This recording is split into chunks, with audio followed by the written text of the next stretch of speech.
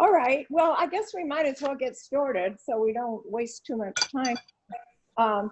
I've been reading other things about that Mary Alice Monroe has written, and I really enjoy her writing. I read there were two books about the sea turtles. One was Swimming Lessons, I think, was the other one that I just recently read.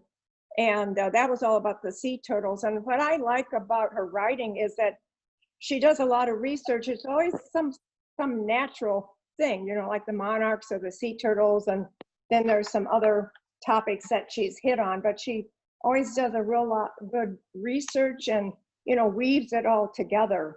She did something on dolphins and migrating shorebirds.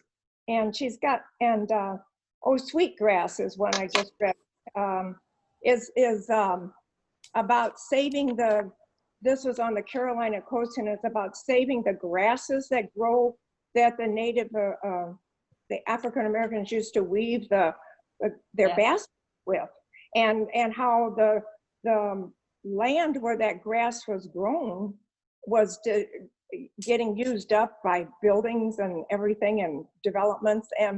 And so anyway, this particular plantation eventually, you know, established a nature area for the grass. And I think that's and I never realized, you know, that these resources were disappearing. And so that was another one. I really like that one too. So I enjoy her writing, but how do the rest of you feel about her book, her butterfly book? I liked it, and I liked the fact, well, that it started in Milwaukee, and my daughter, who lives in Austin and married a Mexican man, you know, I liked all that. And then I know this tad of Spanish, so that was fun to, you know, read in the dialogue. And then I liked the whole story too, and the interesting people she met, and I thought it was a good book. Mm-hmm. Good. How about the other comments? Ursula, what did you think? I like the monarch butterflies, and I mean, Christina had actually educated me quite a bit about it, and I had read about it. So that part was interesting. It was a good book. It was easy to read. It was not a great book, but it was okay.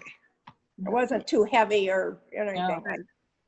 Yeah, pretty lightweight, but sometimes that's all I feel like reading, you know, something just moves along. I like the fact that it kept me turning the pages, even though, you know, there was a little bit of a mystery there. In this case, you wanted to find out about her mother, and I kept getting Sam and Sully mixed up. I couldn't, you know, one was her mother's friend and the other was hers. And then that new fella came in, that Billy, was it? I kind of thought she was gonna go after him, but but it turned out that was for somebody else. I couldn't remember who, the people that were in the car with her, that she picked up away. Who did she pick up first? Ophelia. Okay. Yeah. And then Margaret and then Stacy. Well, I couldn't remember Stacy. Where she came in. She was at the campground when they were trying to pitch their tent, and they weren't able to do it without her. And then she was pretty helpful when it came to getting someone to fix the car, and she played her part. Yeah. Oh yeah, and then she was with these guys in I don't know, in a camper. An RV. Yeah. And didn't want to stay with them, and a little unbelievable. You know, I mean, is there really somebody like that just goes off with this fella and that fella? I think there might be. And who would pick her up and keep her in the car and take her with? I know. That was Margaret or Ophelia, the first one that she went with, was kind of worried why she let Stacy get in the car with them, you know. Yeah. So, Margaret was a little worried. Margaret, yeah. Because Well, that was another story. What was happening with her? What was her background? Well, Mark? she went from rigid to looser. But she was like a botanist, or she was an expert or horticulturist, wasn't she? Oh, that's Yes, yeah. she like was. manager of that garden area. Farm. Yeah, yeah. So she was well trained in flowers. Yeah. And And butterflies. That was she was more. like, yeah. Yeah. She was kind of the perfect child, wasn't she? And never, did everything that she was supposed to, and All didn't. beige. She was all beige. Yeah, all beige. day. Right. She was very brave. But then she opened up just like a butterfly, right? Yeah. She Her did. clothes turned into a butterfly. Yeah. Yeah. Yeah, she had been very rigid and organized, but she got more and more loosened up, enjoying herself. But Well, you see all the characters weaving this story together, Yes. the different personalities and reasons for why they were in it. Well, yeah, you could see a bit of a pattern through there where they all changed. They all went through, what is it, metamorphosis or something like that, where they emerged as a little bit different person from when they started on their journey. So I thought that was, if you stop to think about it, that was kind of clever. I don't usually think about those things until later, and I thought, well, what was that? but they were all interesting. What did you think about Mariposa, her mother? She was a little flaky. Uh-huh. Yeah. I And mean, why didn't the grandmother tell her the truth about the mother? Well, she didn't know it. I don't think she knew the Oh. truth. I mean, and after a while, she didn't know what to tell us. I mean, so she just said she had died, and after a while it said she got to believing it too, because she never heard from her. That's true, she didn't. But initially too, I think she was fearing loose. Better to think that her mother died than she left her. Yes, I think that could be, that's true, yeah. I think she was trying to protect her like that and not make Yes, her feel so bad, she was very protective of her. Mhm. Yeah. But what a thing to do, to be the grandmother and raise the child, although that does happen, but that's a lot of work. Yeah, but The whole story, though, I thought it was a good story. And in the, not only were we given all these little paragraphs at the beginning of the chapter on monarchs, which I just absolutely love, but we learned maybe a little bit about Mexican culture and about the Day of the Dead. And I think, I think it was very well written, or, it was just a good story. Everything kind of like the characters all served a purpose, and it just, I just thought it was very well done.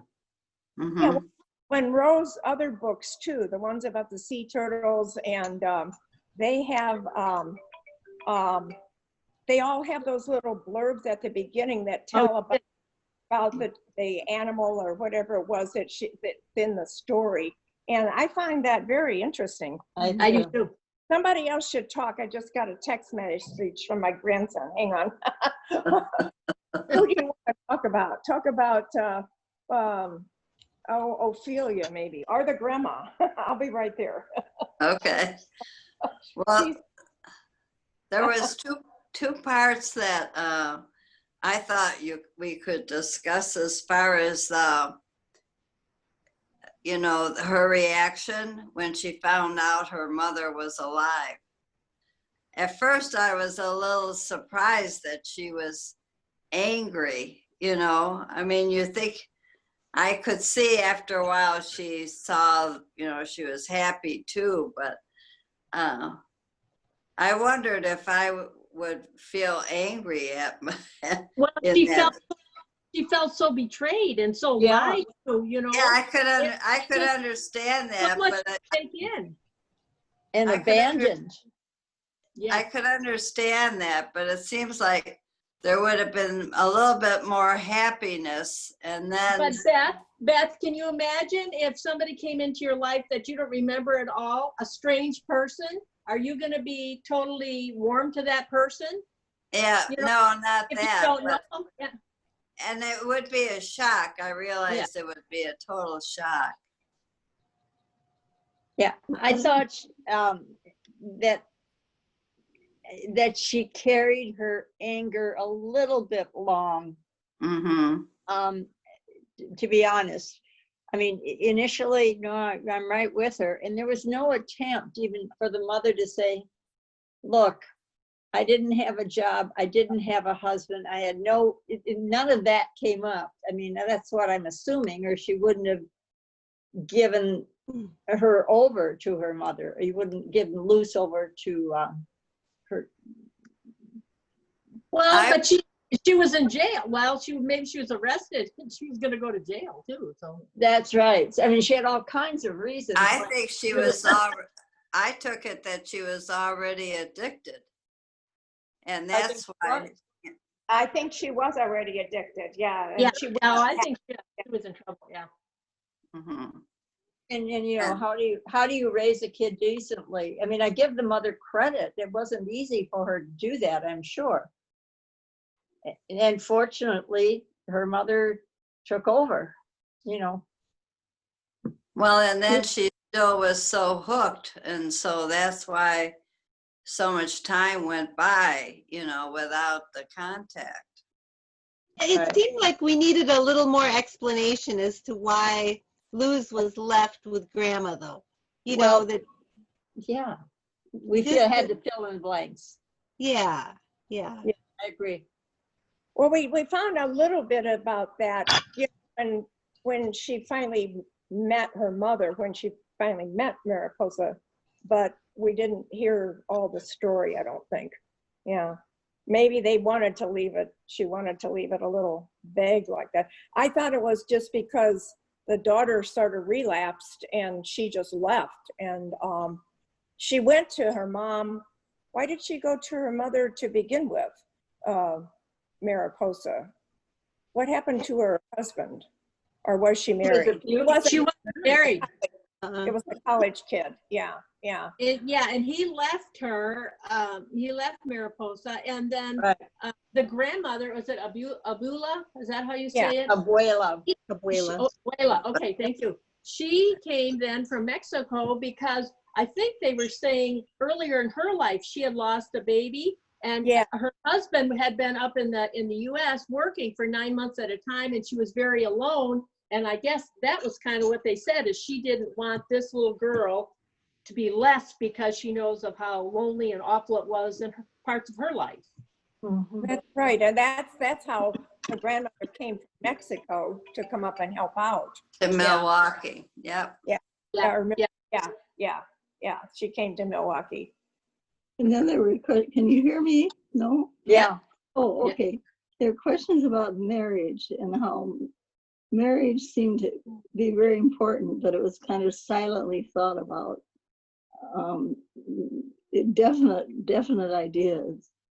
I wonder how that got started. I don't know.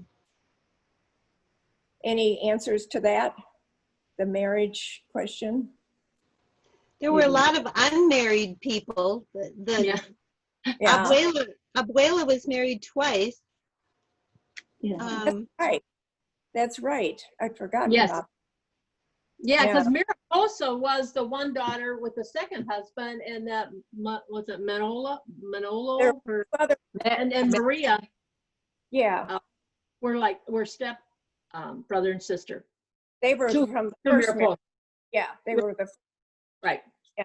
Oh, I forgot about them. Yeah, that was interesting. And they didn't have a very good relationship. Mariposa didn't have, except Maria kind of helped her out, didn't she? Maybe, I can't remember what, how they were, if they were friendly or not. I guess they were. I think they were. Yeah.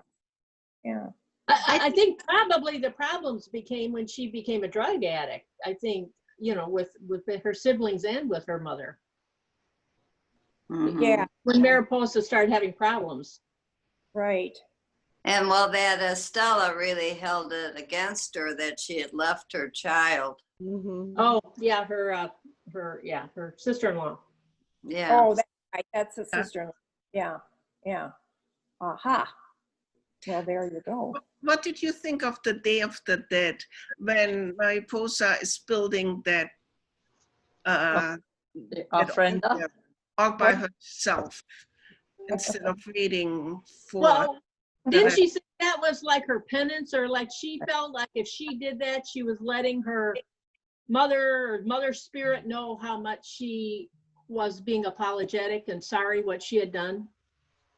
But I knew there was going to be trouble. I thought, oh, when she started taking those decorations off of the box of ashes Yeah.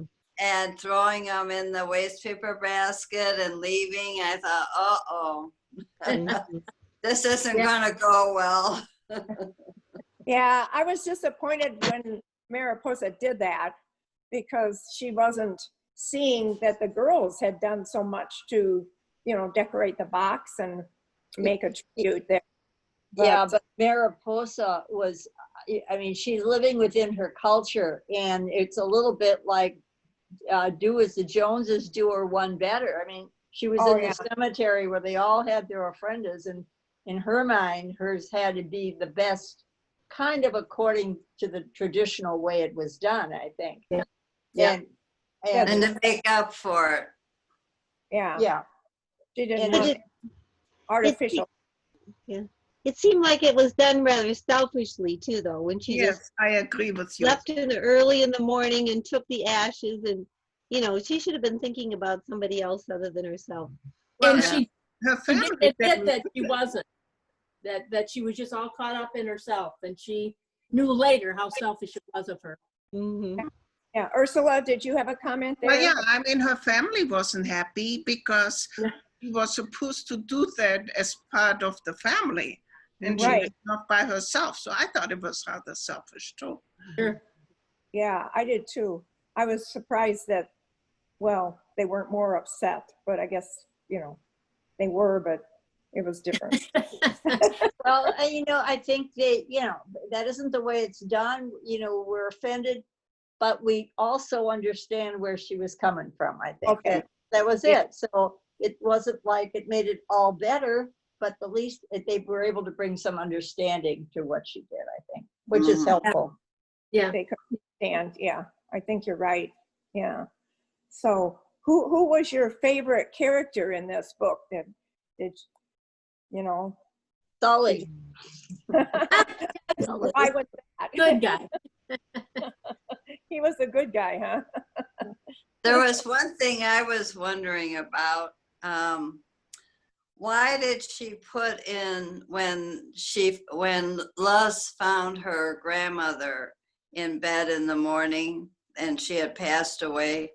Mhm. Why did she put in that detail that there was a plastic pill bottle on the nightstand on its side and it was empty? Why did Because she? Because that's because what she couldn't afford ran out of the medication. more medication.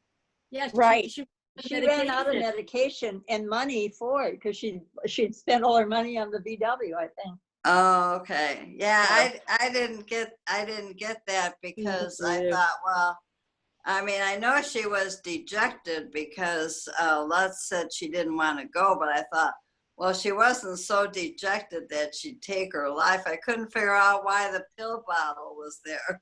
Yeah, Yeah. it was Yeah. for her medication for her heart. Yeah. She didn't have it, And she so- ran out of it. And so that was supposed to make it easier to understand how she had this heart attack. Yeah, and Right. Luz didn't know that she was taking that medication, I don't think. I don't think her granddaughter knew about that. And Maybe, well, I don't know, Yeah. Sully was the one that was picking it up. Sully, yeah, Grandma. yeah. Yeah, he was a good guy. I liked him. He was a good character. I could see why he was worried about that old car. I'm surprised it got that as far as it did. Yeah, the car was like another character, wasn't it? Yeah. It was. What did they call him? El Toro? El Toro. Full. Yeah, And El Toro. grandma had a car just like that when she was years ago for some, I can't remember the whole thing, but I think, Yeah, and it was the color of a butterfly. It was orange. right. Yeah. It was just like the butterfly. Oh, yes. A lot of details in this book. A lot of connections if you stop and Yes. think about it. Yeah, a lot of little interwoven connections. And I guess that's why I enjoyed it so much. And even Sam, that character that was Posa's friend, he did something. Was it just with animals? Just the animal therapy? Was The horses. Yeah. therapist? Yeah, horses. Yeah, yeah. Yeah, he was very, very helpful for her, I think. Yes. Well, don't you take it that they were, towards the end, they were going to be a couple? Well, Yeah. I would hope that, but you don't know. Yeah, sure. He would be there for her, I think. Yes. Yeah, that's how they explained it, Nancy, is that he was going to be there for her. Yes. Okay. That's good. Yeah, that's what I got from it too. Yeah. And then I was glad that Luz was going back to Sully, because at first I was afraid she was going to go after that Billy. that tag the Monarchs. Yeah. But he was too old for her, right? Well, he ended up with Margaret. A Yeah, but perfect he kept running into them at the same places. Didn't they meet? She met him at the, well, when the one At girl. the border.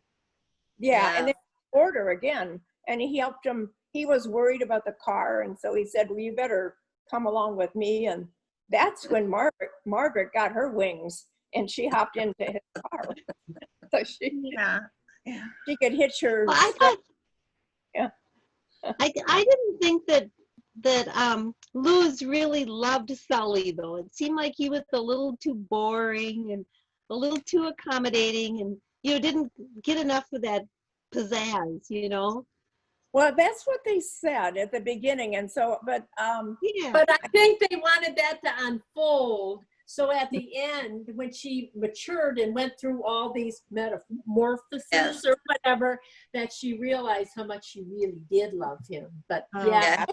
And I think she was ready to settle down. I mean, after this kind of wild excursion, it was good. She knew she had grown and it was good for her. But what sounded dull initially before she left seemed like pretty comforting. I think you're right. I think she did mature and she realized that just always the spark isn't what you're looking for. You want the companionship and the steadiness of somebody. And I think she saw it differently when she went back. Yeah. Yeah, I was hoping for a little more spark, that she'd meet somebody else. well, she took him for granted. I think she took him for granted, earlier. Yeah. You could see that she realized more and more how much he cared for her and that how much she cared for him. I thought too she matured into it more. yeah, and she had to be on her own, and she had to do some pretty scary things. And when she's involved in that in the Chicago with Ophelia's boyfriend coming at them, and she experienced some pretty scary stuff with the car breaking down and meeting other people, and she was maturing as she was going, and she was not in contact with Sully on purpose. She wanted to see if she could do it on her own, and That's true. Sully wanted to be pretty controlling though. I would use protective more than controlling. Yeah, I think protective. Yeah. There's a fine line there. Yeah, he was worried about her, and she didn't want to Yeah. say, come back, Yeah. I'm worried about you, come back. Oh, I was waiting for her to meet somebody else that had Yeah, I think that might Well, have- I wondered there for a while with Billy. I Yeah. think the author let us a little astray there a little bit, to put a little spice in it. He was Yeah. piquing Barb's interest. Yeah. Yeah, I know, it was a start. I don't know. I think I agree that he seemed a little controlling in the beginning, but he made a a metamorphosis or whatever, like every one of the other characters, where he started opening up to the fact that maybe Luce should have this experience, and this is something that she needs to go through on her own. So Yeah. I think they'll get back to I think they'll get back to Milwaukee. It'll be same old, and same, Maybe. you know. Maybe she'll move on. Nancy, I have to leave. I'm sorry. I have to excuse myself. But thank you so much. Well, I'm glad you could join us, Jan. We'll Thank check you. with you later next Yeah, time. Will do. I don't know if anybody saw what I put in the chat, but I found did. an interesting question about the effect of signs. That she kept following the signs, and it made yeah. a sign that I'm meeting this person, and a sign that the butterfly is here, and all that. Kind of thing. Because I feel like in this era of pandemic, we're all looking for signs of hope. We need to find the butterflies. Yeah, I thought that was kind of interesting too. She always thought when she saw a butterfly or something that, you know, she was on track. It reinforced her feelings about, you know, going to Mexico and all of that. And Yeah, she always wanted, is it Abuela? Is that how you say it? Abuela's spirit with her is what. yeah, She yes. felt like it was a sign from her. Yeah. Well, Yeah. even finding all the characters that she found that somehow had some connection to Agangueo or the butterflies, and some they were all connected through certain things. There were signs really throughout the book. I found that interesting. Mm-hmm. And I know, like in my family, I don't know what tradition this comes from, but their sign that they always look for is a cardinal instead of a butterfly, a cardinal representing somebody's spirit coming to visit. Oh. Man, I didn't realize I had so many relatives because our backyard is full. Our family too, the red cardinal. Really? Oh, I never heard that. I didn't either. Yeah. Maybe it's Scandinavian. I don't know. Like my family's got Scandinavian background, so could be. Well, with our family, it's that my mother loved red cardinals so much. And so we all, the whole family, you know, just associate red cardinals when we see with my mother. And when the family was visiting here, I saw the red cardinal a whole lot more. Well, that's exciting. Yeah.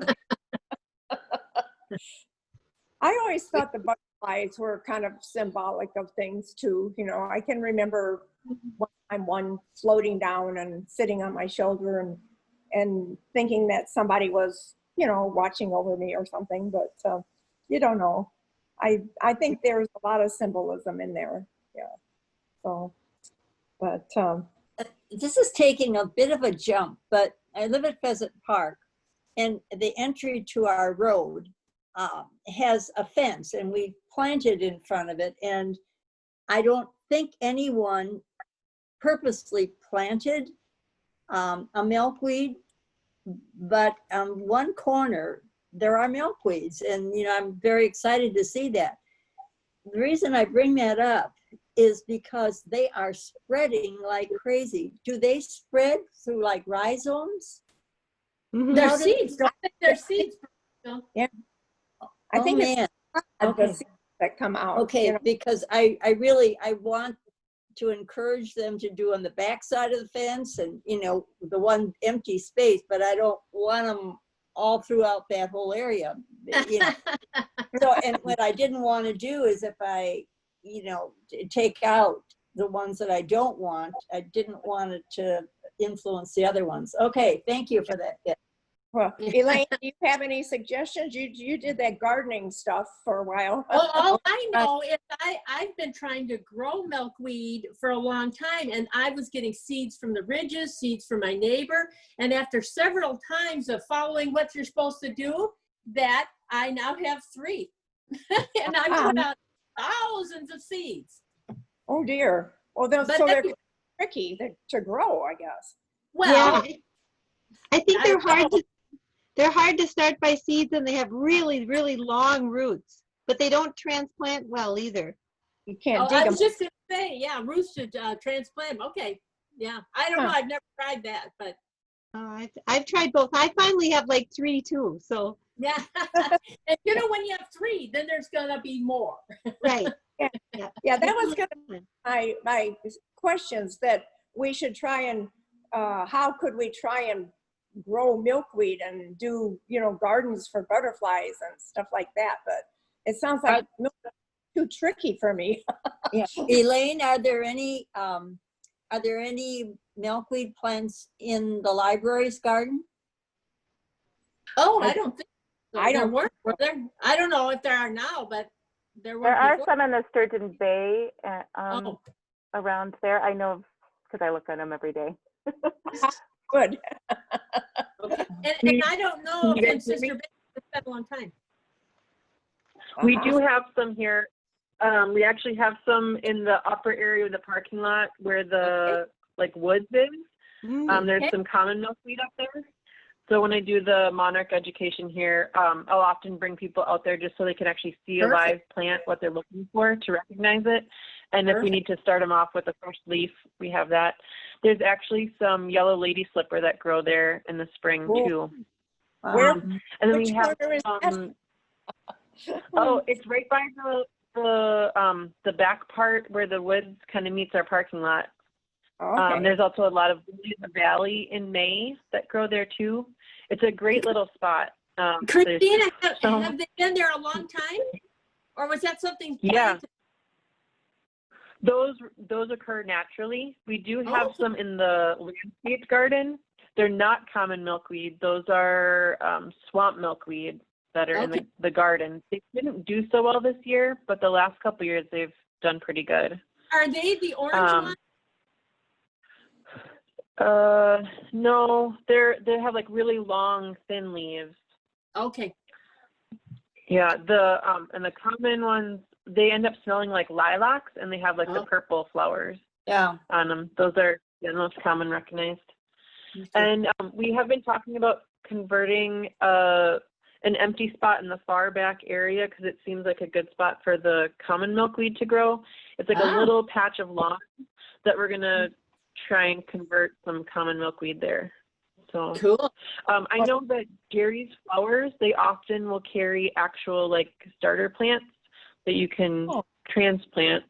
And they try and keep them, so that they're pesticide free. That's the most important, is wherever you get your plant from, that it's pesticide free so it doesn't poison the So caterpillars. So, let me ask I you do have something, seeds here, Christina. too. What's that?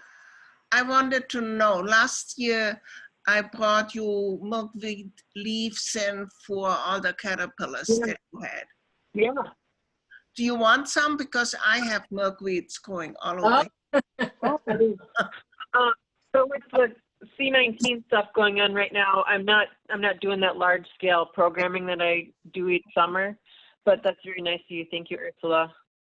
If I do have somebody that ends up needing it, I'll let you know. Okay. Well, Ursula, if you I have do have little seeds. milkweed plants, maybe we could pick up some of those. If you have little ones, maybe we could transplant those. No, they just grow wild in spots. Aha. Other weeds. I mean, I have no, it's not my doing that they're there. They're just there. I also saw that Grace, the native plant lady on 57, she has some milkweed plants too. And so Barnhart, Grace and Gerhard. But you know what Barb said, and now I remember, is I had planted several times the plants. I had gotten them from that native landscaping out on 42 and things. And I did not have success with those either. So I think if you do plant them, that you really got to take good care of them in order to get them to come up, or not to freeze and everything over winter the first time. Huh. Yeah. But anyway, I think the one I transplanted had maybe 6 feet of roots, one stalk and all these roots. And I tried my best to water it and it didn't make it. But No. now, Yeah. but And then I mine did, mine were in regular pots and everything. I bought them, you know, like any wildflower to plant, Yeah. and I did not have success. But like I say, I have had it now with the seeds. yeah. Well, we'll just have to They go are to pretty finicky. Yeah. But it If shouldn't, it anybody shouldn't deter you. You should try. Yeah. ah. There you go. If anybody wants some milkweed seeds, I do have some. I also have some purple and yellow coneflower seeds that people can use. The important thing is if you collect seeds, you know, coming up in the next month or so, or 2 months-ish, once the seeds are actually ready. Like right now, if you saw pods, they're still green. They're not ready. You got to wait until they're cracked open, you know, ready to be Yeah. fluffy like dandelion. Yeah. Right. And then the important thing to know, is you got to cold stratify them if you're going to pick them to save them, because they Yeah. have to have that wintering over thing for them to germinate. Yep. And there's also, you can look it up on YouTube, there's a thing called the milk jug method, where you can use it for actually like winter greenhouse growing in small milk jugs. You can actually just germinate them in the winter. You don't have to do much really. I think Sturgeon Bay even did some programming on it this past winter. I think, Morgan, is there like, did you guys videotape that at all? It's a similar process. It would have been something with the seed library, and so that's at that time was not technically a Sturgeon Bay program. So, but the seed library might have some information. Yeah. There's Beautiful Monarch, if anybody's on Facebook, that's a really great Facebook group to join. And they have files there that talk all about like photos and videos of how to do that kind of growing, as well as with raising monarchs in general. Very detailed lots to learn there. Cool. Well, that's nice to know. We could all have our work cut out for us if we want to, you know, plant a garden for the pollinators and the monarchs and the milkweed. That would sound like it's one of the most important things. It's one of the most important things to support them is making sure that the milkweed is there, because it's, you know, the only thing that they eat, and they can, well, you can substitute a couple things when they're the 5th instar, but really they need that milkweed their whole lives for a lot of reasons. It's shade for their eggs. It's, you know, their food that makes them toxic to predators, a variety of things. So, and also for the pollen, like just any kind of pollinating flowers that go multiple, across like the spring, the summer, and the fall are important, especially flowers that are in the fall, like asters, for example. Those are important. Coneflowers are important just for the extra fuel up when they are getting ready to migrate. Well, how on earth does the final butterfly, the 4th generation butterfly, know it's supposed to migrate? I mean, how does that happen anyway? Well, how do turtles know that they have to go back, or salmon swim back, you know, to have later eggs? It's very strange. I don't know. And I imagine 4 generations. Is that when they're in Mexico for the winter, and then do they lay eggs along the way until they get back north? And each group they actually, so the ones that are here coming up, like around here, they migrate in September. And those ones, their job is to journey to Mexico and just journey there and then winter there. They roost there. And then what they do then is, as they're then going north again after roosting all winter, then they'll start migrating into about the Texas area. And then that's when the generations start again. Okay. So they lay generations are coming north until they get north, and then the final one goes south again, huh? Yeah. But they probably can tell by the length of the day, something, you know. Yeah, they mentioned that. Yeah. The sun. Yeah. They actually, their antennas when they're butterflies can actually, they're almost like a honing beacon. It knows exactly like where they're placed on the earth. It's like a GPS. And they know the timing of the season and when they need to go. And they can also follow currents and the weather. It's pretty neat. Wow.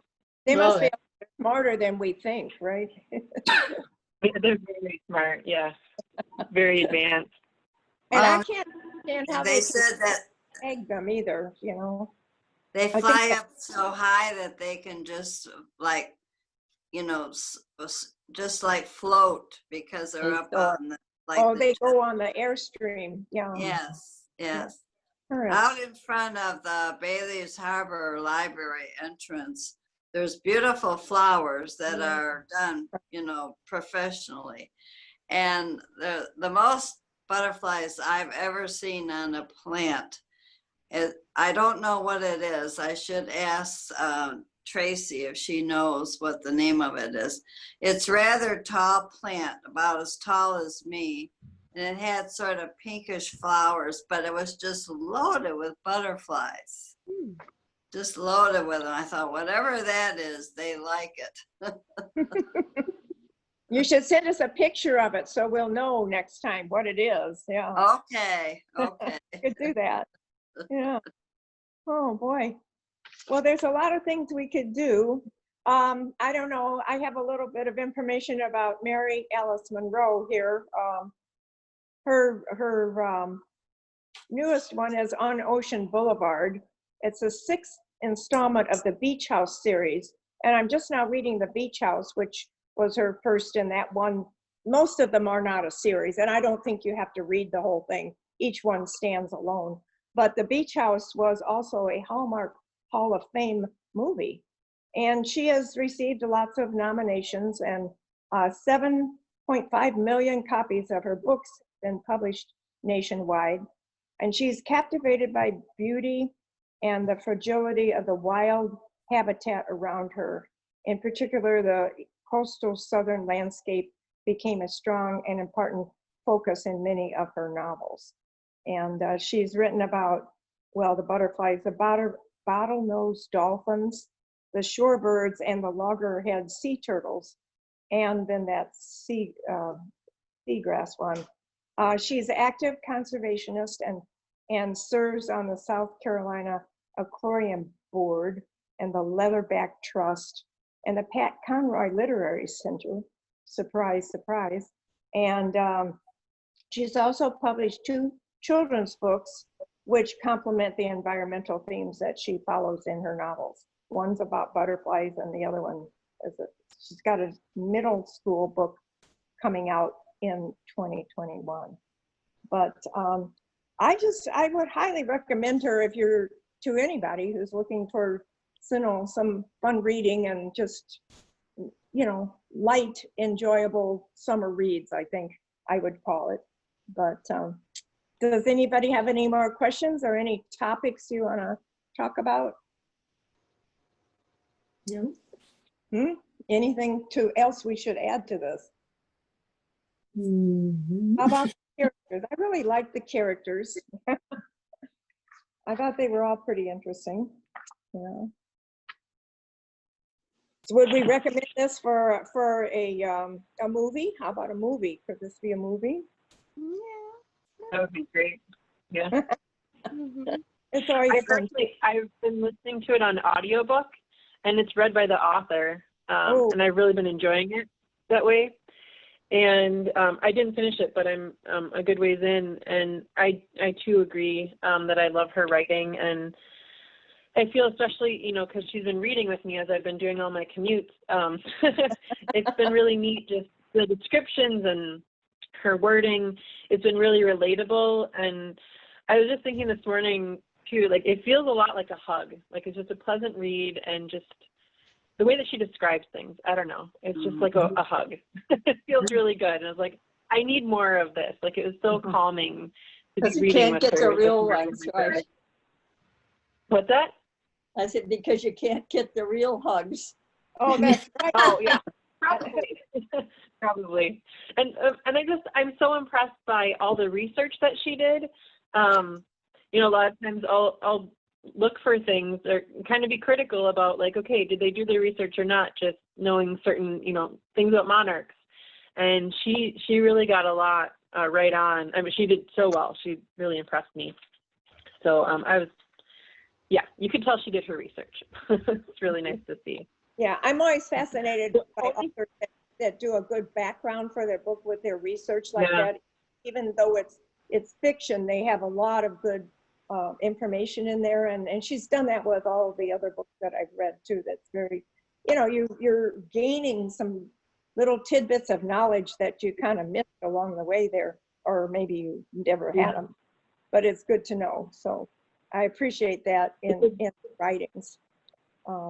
Yeah, it's a great way to thread the story through and just have like that nature lens, and then you just already, you do your own like remapping and like kind of crosswalking of, okay, that's why she brought in that fact about monarchs, because now we're going through this with the people, you know, in the story. Yeah. Which is really neat.